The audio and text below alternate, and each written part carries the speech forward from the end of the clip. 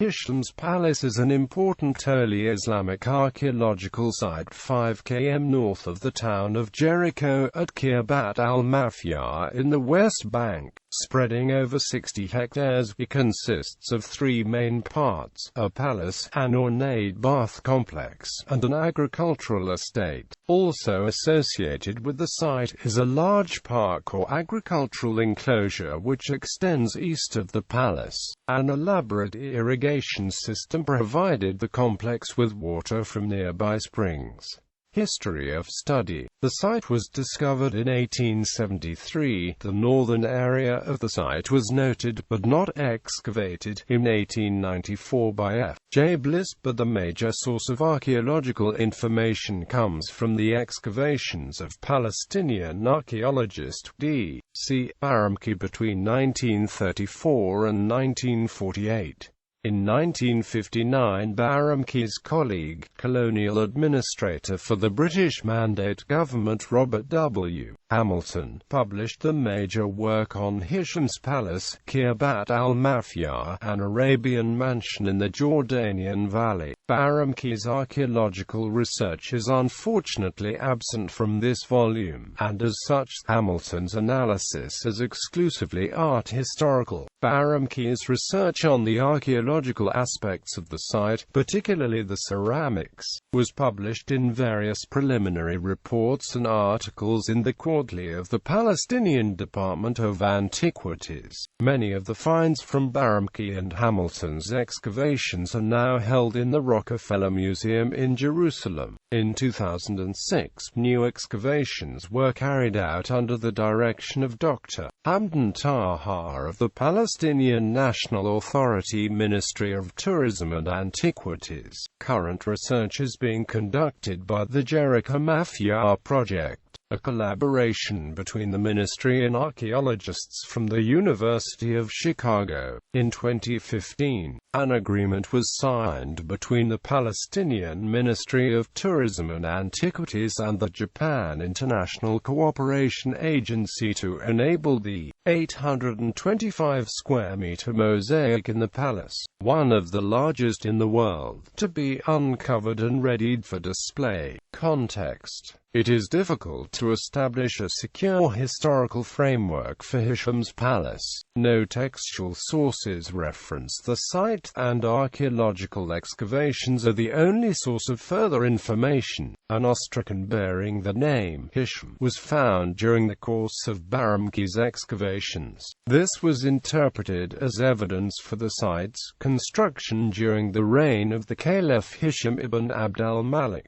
Robert Hamilton subsequently argued that the palace was a residence of al-Walid b. al-Yazid, a nephew of Hisham who was famous for his extravagant lifestyle. Archaeologically, it is certain that the site is a product of the Umayyad dynasty in the first half of the 8th century, although the specifics of its patronage and use remained unknown. As an archaeological site, Hisham's Palace belongs to the category of desert castles.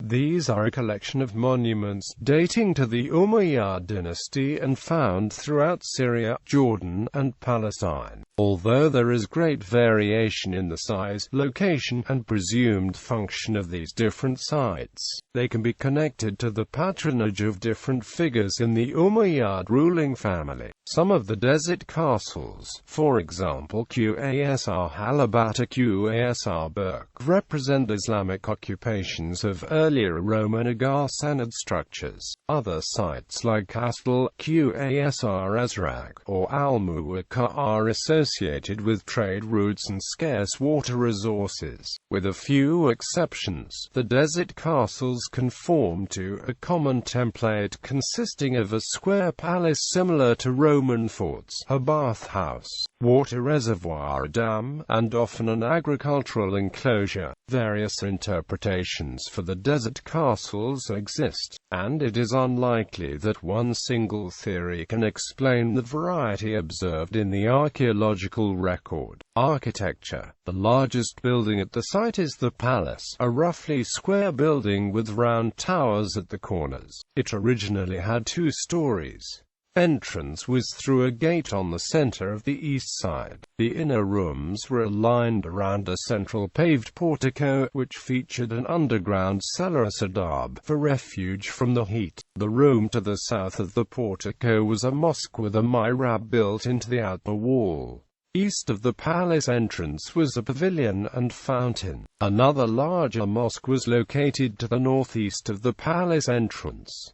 The bath complex is located just north of the palace across an open area. This freestanding structure is approximately 30 meters square, and 3 of its sides feature round hectares which project out from the building. The east face of the bath had an ornate entrance in its center, flanked by hectares.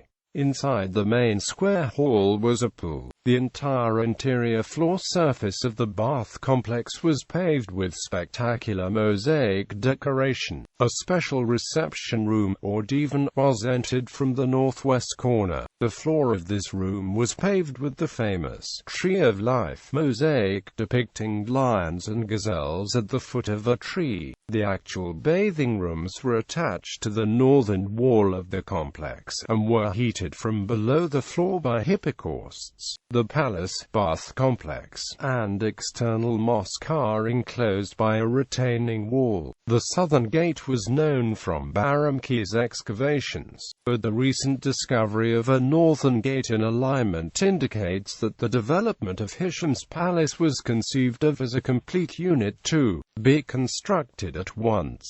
To the north of the bath complex are the ruins of a large square structure which has clearly gone through many phases of reuse and reconstruction. This part of the site was initially assumed to be a Khana caravanserai, but recent excavations have indicated that the northern area had an agricultural function connected to the Hayat during the Umayyad and Abbasid periods. Decoration. The decorative elements at Hisham's palace are some of the finest representations of Umayyad period art and are well documented in the publications of Robert Hamilton. The most famous artistic aspect of the site is the Tree of Life mosaic in the divan of the bath complex, although the mosaic floor of the main bath hall is no less impressive. All of the mosaics found at Hisham's palace are of very high quality and feature a wide variety of colors and figural motifs. The carved stucco found at the site is also of exceptional quality. Of particular note is the statue depicting a male figure with a sword, often presumed to be the caliph, which stood in a niche above the entrance to the bath hall. Additional male and female figures carved in stucco, some semi-nude, adorn the bath complex.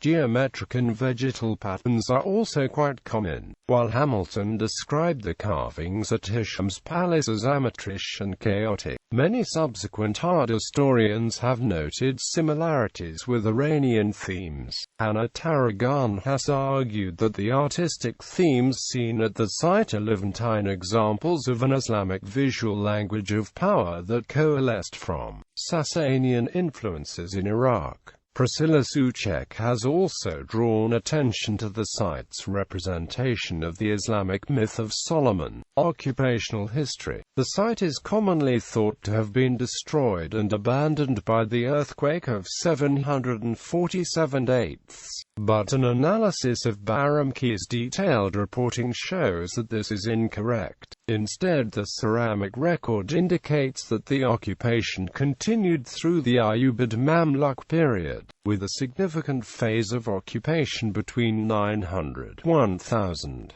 Further excavations will no doubt contribute to a more detailed picture of the site's continued use through different periods. Heritage. Hisham's palace is the most archaeologically important Islamic monument in Palestine, and is a major attraction for both visitors and Palestinians. In 2010, according to figures collected by the Palestinian Ministry of Tourism and Antiquities, the site received 43,455 visitors. The site is a common field trip destination for Palestinian schoolchildren. Foreign visitors who enter Palestine through the nearby Allenby Bridge often make Hisham's palace the first stop. The site has been visited by foreign dignitaries, and was recently the set for a production of Shakespeare's Richard II. According to Global Heritage Fund, the rapid urban development of Jericho, as well as expansion of agricultural activity in the area, are limiting archaeologists' access to the site, much of which remained unexplored. Conservation efforts aimed at protecting important structures have been hindered by lack of resources. In a 2010 report titled Saving Our Vanishing Heritage, GHF identified Hisham's Palace as one of 12 worldwide heritage sites most on the verge of irreparable loss and destruction. H. Taha, Director of Antiquities, has published reports concerning the preservation of this and other sites in the Jericho region. Gallery.